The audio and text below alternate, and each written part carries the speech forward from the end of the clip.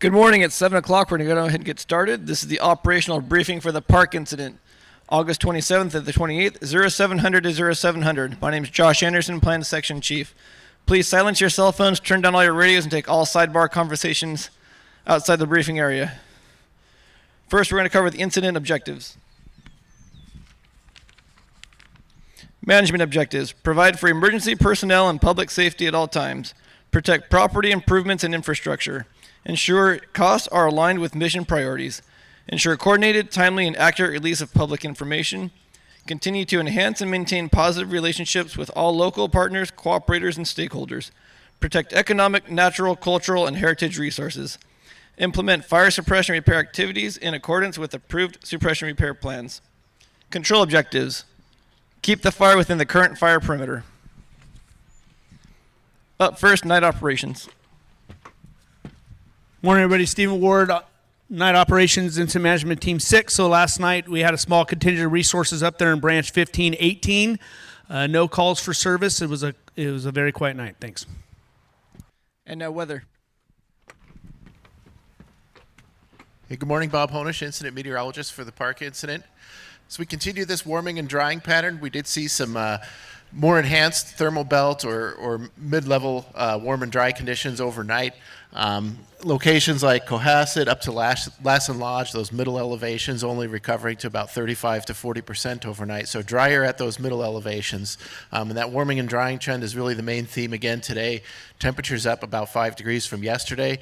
So afternoon temperatures ranging from the mid 80s, even at the higher elevations, to the mid 90s down here in the lower valley.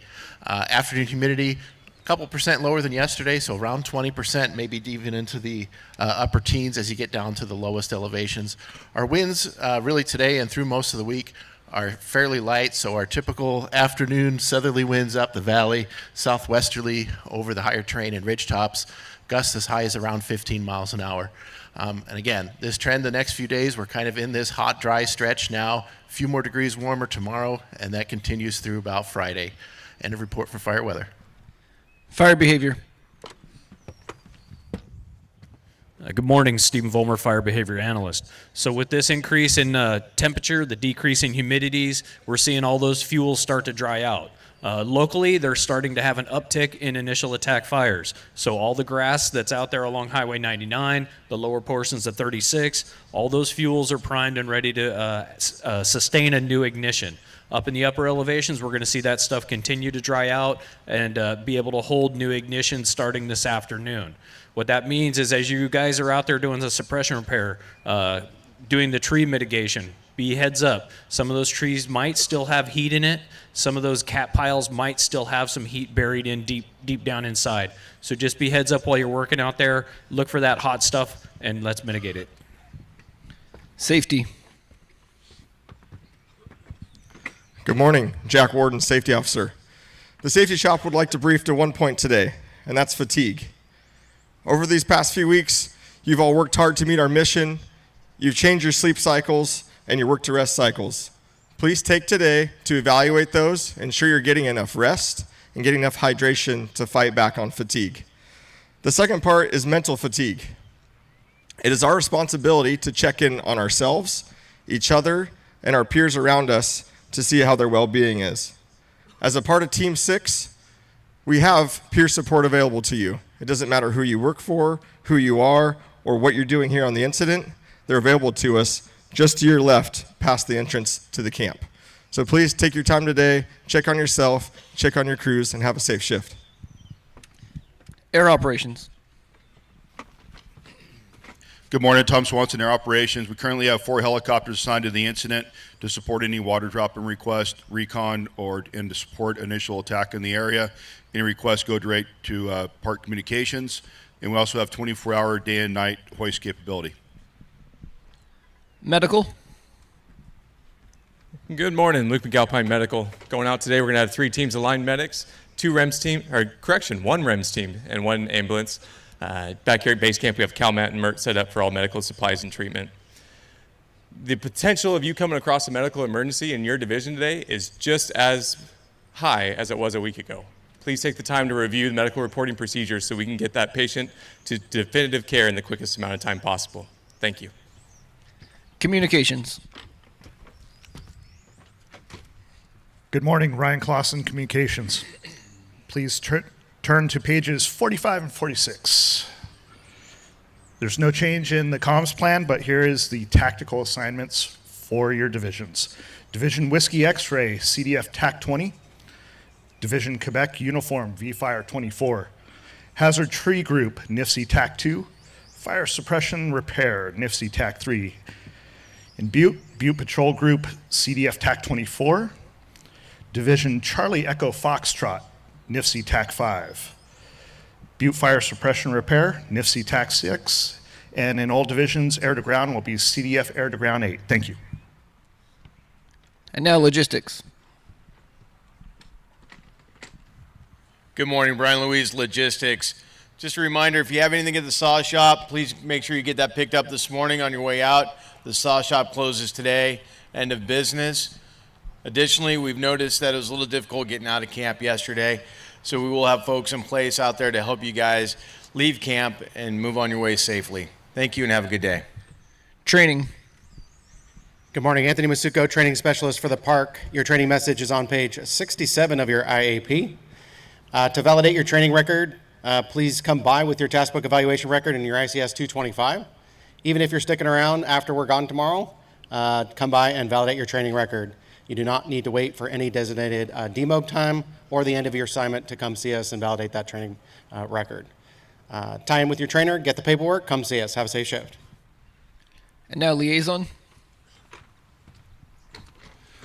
John Byrne, Liaison Officer. Today's cooperators meeting will be at the Tehama Room at 10 a.m.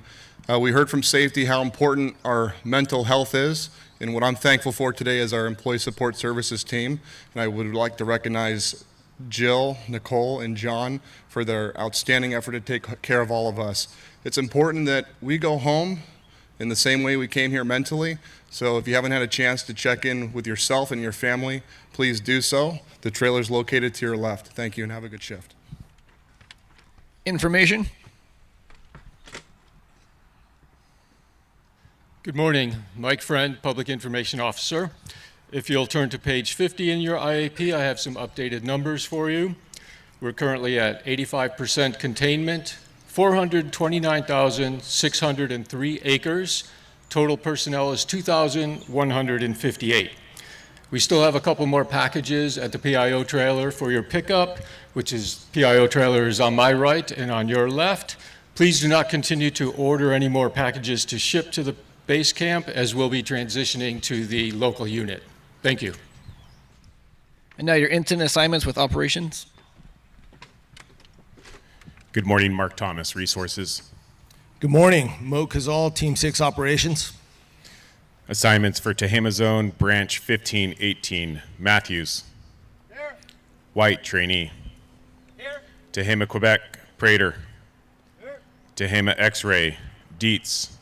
Here. Resendez, Trainee. Here. Butte, Charlie, Lopez. Here. Chris, Brian, you've been out here a while. You know the ground and what needs to be done. Please continue. There's still smoke and some heat out there that we're finding. Bring back any hose and continue being prepared for calls for service. Tehama Fire Suppression Repair Branch, Totticini. Here. Kazir, Trainee. Here. Johnson, Trainee. Here. Bob, Josh, and Shannon, same. You've been here a while. Just continue doing the great work that we've been doing, and please there's a lot of resources out there. You have a big load of the work, and so if everyone can just be clear on who they're working for and who the neighbors are and keeping good comms up. For everybody, we can't let our guard down. We got to be ready to continue what we've been doing and not allow the temptation for injury or any other incidents that might come up. But let's put in another good day's work today and be safe. Thank you. And now closing comments with our incident commander. Good morning, everybody. My name is Jared Andrade, one of your Unified Incident Commanders for the Park Fire. I want to share a couple observations I had with you. That I had yesterday afternoon. I was able to go out and meet with some landowners and see the damage that was done by this fire, and I was able to see what our fire suppression repair teams are doing. Just to just as a reminder, there's a ton of work out there that still needs to be done. 9 fire suppression repair groups. That means that there's a lot of work.